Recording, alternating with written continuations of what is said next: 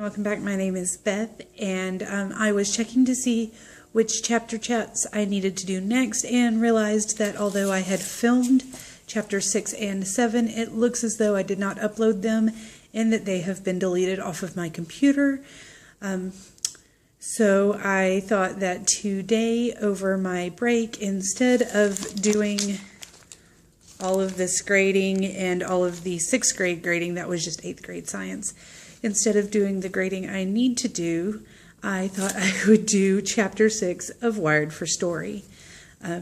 Anything so that I don't have to grade, really. Actually, I enjoy grading for the most part. There's just so much of it. Anyway, let's get started. As always, we start the chapter with a title, which is "The Story is in the Specifics," and 2 secrets. The cognitive secret is that we don't think in abstract, we think in specific images. And the story secret is that anything conceptual, abstract, or general must be made tangible in the protagonist's specific struggle, cannot remain abstract, must be part of the story specifically. So Albert Einstein, who was a great abstract thinker, right? He described his process as let's see, where is it? Visualizing. It says, "My particular ability does not lie in mathematical calculation, but rather in visualizing effects, possibilities, and consequences." He imagined riding through space on a beam of light as a child, and when he remembered that, he came up with E = mc squared. And then he came up with relativity theory by imagining what it'd be like to plummet down an elevator shaft and then take a coin out of his pocket and try to drop it at the same time. That's basically what a story is like. You must be able to visualize. If you cannot see it, you cannot feel it. Anything that is abstract, general, or conceptual, you cannot see. It's not tangible, so then it's not going to focus in your mind, and your brain is going to have to work really, really, really, really hard to get to the point where you can understand it. Story takes the generalities and makes them specific so that we can then try them on, which means, like the title says, the story is in the specifics, and you should not worry about giving too many details, giving away things. Mostly you should worry about not having enough details, but way too many info dumping is also bad. So it talks about that as well, but mostly it's talking about we need to be able to experience it and visualize it. So you need to make it personal to your protagonist or antagonist, whatever characters you're working on in the story.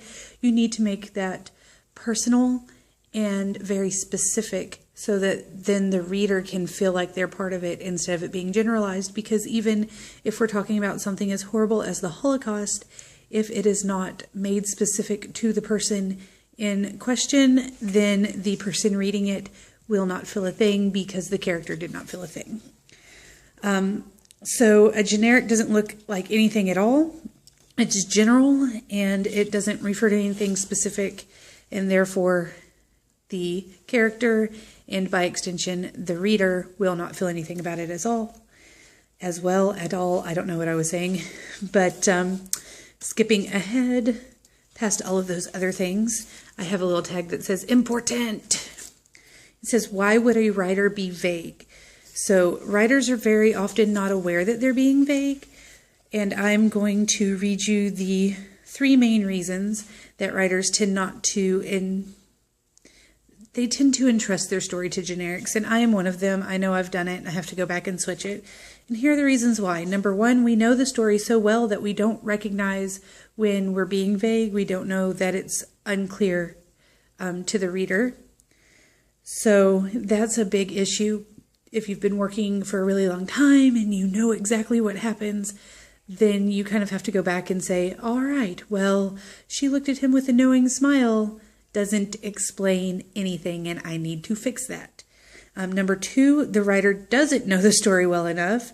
So if she gives him a knowing smile, that just seemed like what should be there, and I don't know why, but it felt like it moved the story along, so let's move on. So you really need to go back and be able to visualize and see the entire story and fix that little issue there. And number 3, this writer knows her story very well and is quite aware she hasn't told the reader what's behind the smile because she's afraid she'll give too much away. But if you are very vague, then people are going to get bored and they don't want their brain to have to work that hard to get into the story, and they're going to stop trying to read. They're going to DNF your book so fast it will even make your head spin wherever you are. And then there are 6 places where the specific often goes missing. So even if you're paying attention to those 3 places where writers are often vague and trying to make sure that you're not being vague, there are still 6 places where specific things kind of go missing, and I'll read those off to you as well. Number 1 is the specific reason a character does something. So again, if you know your characters really well, you might forget to tell the reader what's going on and why they're doing what they're doing.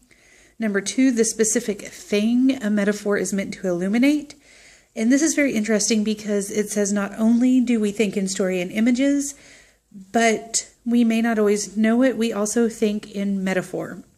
So that's how we take abstract concepts and turn them into cemented concepts in our brain. So it says we utter about 6 metaphors a minute. And a literary metaphor is not as hidden as the metaphors we use in everyday language. However, the point is for us to recognize the metaphor. So if you're not explaining the thing that we are comparing, then there's no point. It's very, very vague, and people don't like that at all. Number 3, specific memory that a situation invokes in the protagonist. So if something happens and the protagonist thinks, man, I should have learned my lesson at camp in 1973, and then we don't know what this big thing at camp was, there's no point in having that in. You need to have the specifics, otherwise it's just going to make us mad. And if you don't revisit or put the specifics in that space, then readers will either be mad and give you a low rating or just not even finish your book. Number 4, the specific reaction a character has to a significant event. So if they have a huge reaction to something, or they have a reaction and then kind of change as it goes along, and you don't explain it, readers will again stop reading. They won't want to read your book or anything else you write. And then number 6, the specific rationale behind a story's character's change of heart. So if she says, I'm never going to go to dinner with him, and then he texts and he's like, hey, the spaghetti's going to be ready in a couple of minutes. Why don't you come on over? And she thinks about it for a minute, and then she's like, all right, I'll be there, and shows up. Then why did she change her mind when she hated him 2 paragraphs ago?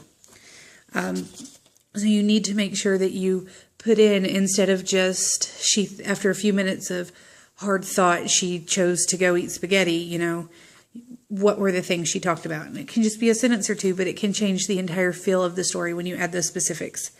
Our brain can only hold about 7 facts at a time.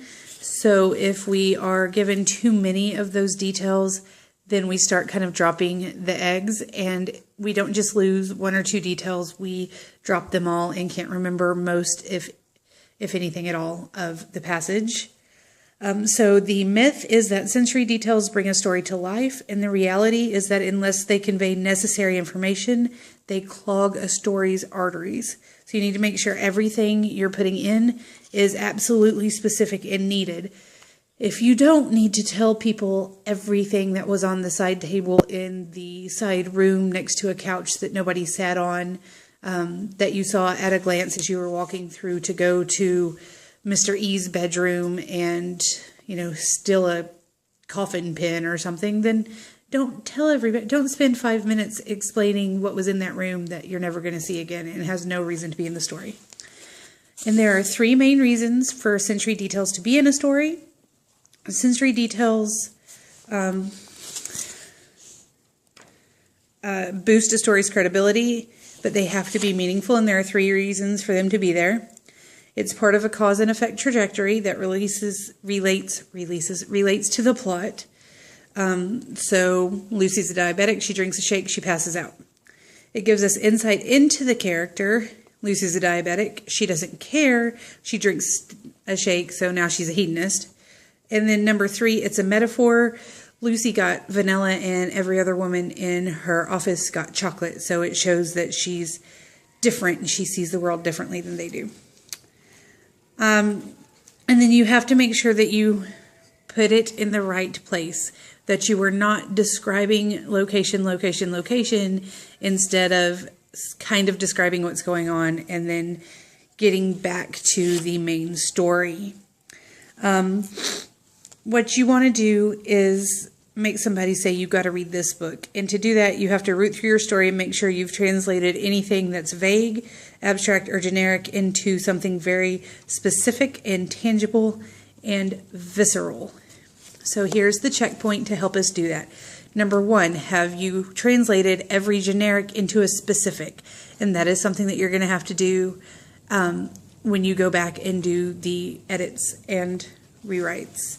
Number 2, have the specifics gone missing in any of the usual places? That is another thing that I'm going to have to really check and make sure. I'm sure that I have a lot of specifics that I need to add into the stories. Number 3, can your reader see what specifically your metaphors correlate to in the real world, grasp their meaning, and picture them when reading at a clip? That means as they're reading through and they're really into the story, are the metaphors going to make them stop and reread and try to figure it out? Or are they going to be specific enough that they can grasp onto the meaning and move on and still keep the story going in their mind? And then finally, do all the sensory details, what something tastes, feels, or looks like, have an actual reason to be there beyond just because? I don't know about you, but the feel and taste of a strawberry bursting in somebody's mouth who doesn't have anything to do with strawberries for the rest of the book just does not appeal to me at all. So that was all for chapter 6. I am sorry about the editing that I'm not going to do because I'm on my phone and I'm in the classroom, and I'm just not going to take out the time to do that for you guys. Once I figure out how to edit on my phone, I will do that for you eventually, but not right now. So like, comment, subscribe, and I'll see you soon. Bye.